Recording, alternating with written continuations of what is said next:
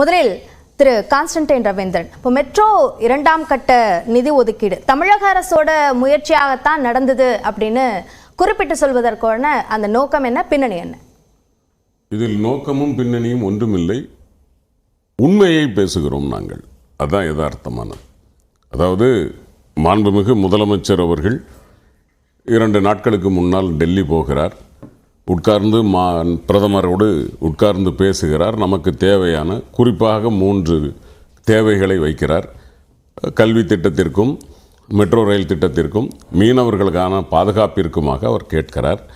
அதில் மாண்புமிகு பிரதமர் இதை சாங்ஷன் பண்ணி 7425 கோடி அவங்க சொல்லியிருக்கிறாங்க, கொடுக்குறோம், சாங்ஷன் பண்ணியிருக்கிறோம் அப்படின்னு சொல்லியிருக்காங்க. இப்போ நம்மளுடைய கேள்வி என்ன அப்படின்னா, 2019 அல்லது 2020 அமித்ஷா அவர்கள் துவக்கி வைத்த பிறகு 4 பட்ஜெட் கொடுத்துருக்கீங்க, ஏன் எங்களுக்கு காசு தரல? இன்னைக்கு தர்ற அல்லது இன்னைக்கு தர்ற மாதிரி சொல்கிற பாஜக ஏன் அன்னைக்கு செய்யலை? இதில் நாங்கள் பிரதமர் நரேந்திர மோடிக்கு நன்றி சொல்லியிருக்கிறார் மாண்புமிகு முதலமைச்சர். அதில் எங்களுக்கு மாற்று கருத்தல்ல. ஏனென்றால் எங்கள் முதல்வர் போனார், பேசினார், வாங்கிவிட்டு வந்தார். அப்போ ஒருவேளை பிரதமர் நரேந்திர மோடிக்கு அதுவரைக்குமான உண்மைகள் தெரியாமல் இருந்திருக்கலாம். அதாவது நம்மளுடைய மாண்புமிகு ஒன்றிய நிதியமைச்சர் புலவர் நிர்மலா சீதாராமன் அவர்கள் நமக்கு எப்படி இங்கே பேசுகிறாரோ இதே போன்று ஒருவேளை பிரதமர் நரேந்திர மோடியிடமும் அவருடைய புலமையை காண்பித்திருப்பாரோ என்கிற சந்தேகம் நமக்கு இருக்கிறது. ஏனென்றால் மாண்புமிகு பிரதமர் இன்றைக்கு கொடுத்திருக்கிறார்.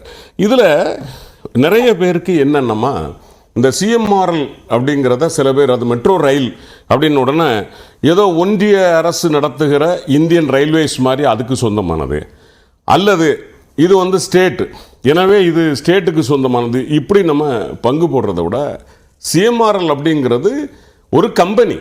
ஒரிஜினலாக சொல்ல போனால் இந்த கம்பெனி மக்களினுடைய நல்வாழ்விற்காக இயங்கக்கூடிய கம்பெனி. இந்த கம்பெனியை முதல்ல துவக்கினது திராவிட முன்னேற்ற கழகம். இன்றைய மாண்புமிகு முதலமைச்சர் தளபதி மு.க. ஸ்டாலின் அவர்களுடைய முன்முயற்சியோடு 2007 துவங்கி மெட்ரோ ரயில் தான் நம்ம தமிழ்நாட்டுக்கு ஒத்து வரும் என்று நாம் பேசினோம். அதிமுகவை சேர்ந்தவர்கள் அதை மோனோ ரயில் என்று ஜெயலலிதா அம்மையார் பேசினார், அது வேறு கதை. ஆனால் அன்றிலிருந்து இந்த மெட்ரோ ரயில் என்னென்னா இப்போ 63,000 கோடி ரூபாய் நமக்கு செலவாகிறது. இந்த செலவில் வெறும் 7,425 கோடி மட்டும்தான் யார் கொடுக்குறா? ஒன்றிய அரசு கொடுக்குறாங்க.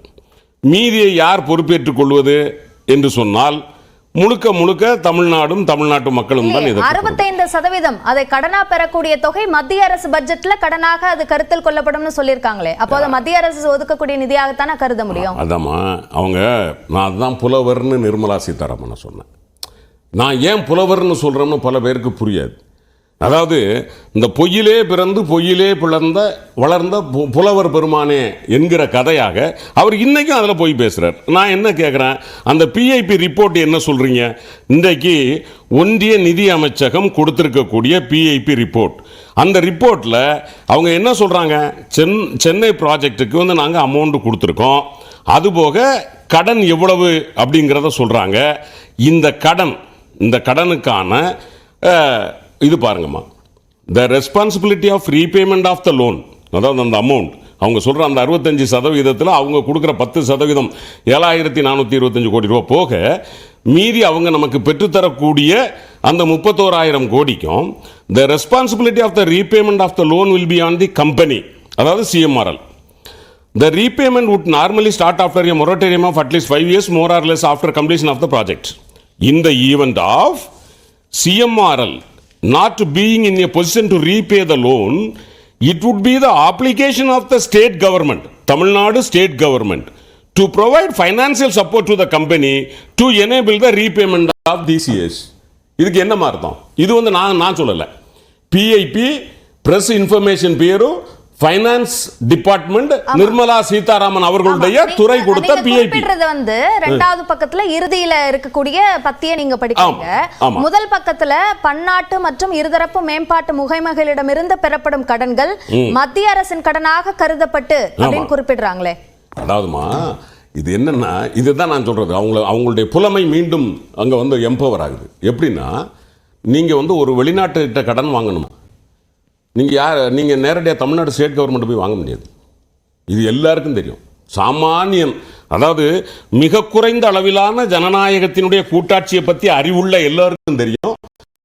இந்தியாவை தவிர நீங்க வெளியே போகணும் அப்படின்னா எதுக்காக போகணும்னாலும் ஒன்றிய அரசு ஒப்புதல் இல்லாம போக முடியாது.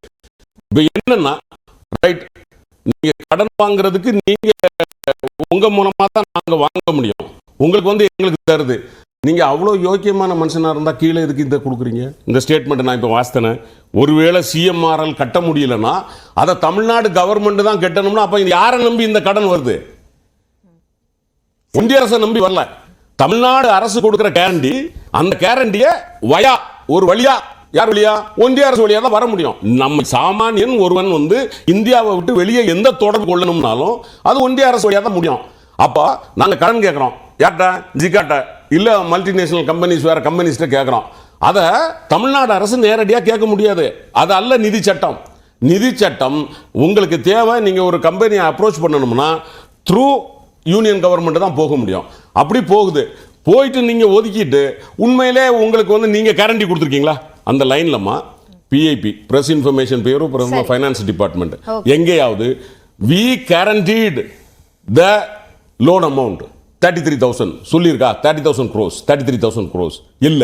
ஆனா ஒன்னு தெளிவா சொல்லுது, if CMRL the company failed to or inability to repay the amount, it is the responsibility of the state government. அப்போ இது முழுக்க அவங்க கொடுக்கிற 10% தவிர 90% தமிழ்நாட்டு மக்களினுடைய வரிப்பணத்திலும் இந்த CMRL ஆரம்பிச்ச பிறகுமா இந்த ரீபேமெண்ட்டுக்கு நம்ம மக்கள் கொடுக்கிற டிக்கெட் கட்டணம் கேட்டிருக்கீங்க. அதுக்கான பதில் இல்ல, இந்த ஒண்ணு சொல்லிடுறேன். அந்த நம்ம டிக்கெட்ல நம்ம கொண்டு கலெக்ஷன்ல வரக்கூடிய லாபத்தில் இருந்துதான் இந்த கடன் திரும்ப கட்டப்பட வேண்டும். அப்படி திரும்ப கட்டப்பட முடியாத சூழ்நிலையில் மாநில அரசு தான் கொடுத்தாக வேண்டும். எனவே 90% நாங்கள் தமிழ்நாடு மக்கள் அல்லது தமிழ்நாடு மக்களுடைய வரிப்பணம் தான் இங்கு பயனாகிறது. எனவே நான் சொல்லுவது, இதில் ஒன்றிய அரசு இதற்கு ஒப்புதல் கொடுத்து பிரதமர் நரேந்திர மோடி இதற்கு செய்திருப்பதற்கு நாம் நன்றி தெரிவிக்கிறோம். அது வேறு விஷயம். ஆனால் இதனுடைய முன்முயற்சியும் முழு பொறுப்பும் தமிழ்நாடு அரசுக்கும் தமிழக மக்களுக்கும் தான் சொந்தமானது. சரி, திரு ஜி.கே. நாகராஜ், 65% 35% அப்படின்னு முதல்ல சொல்லிட்டு அதை 90-10 பின்னாடி குறைச்சிருக்கா மத்திய அரசு?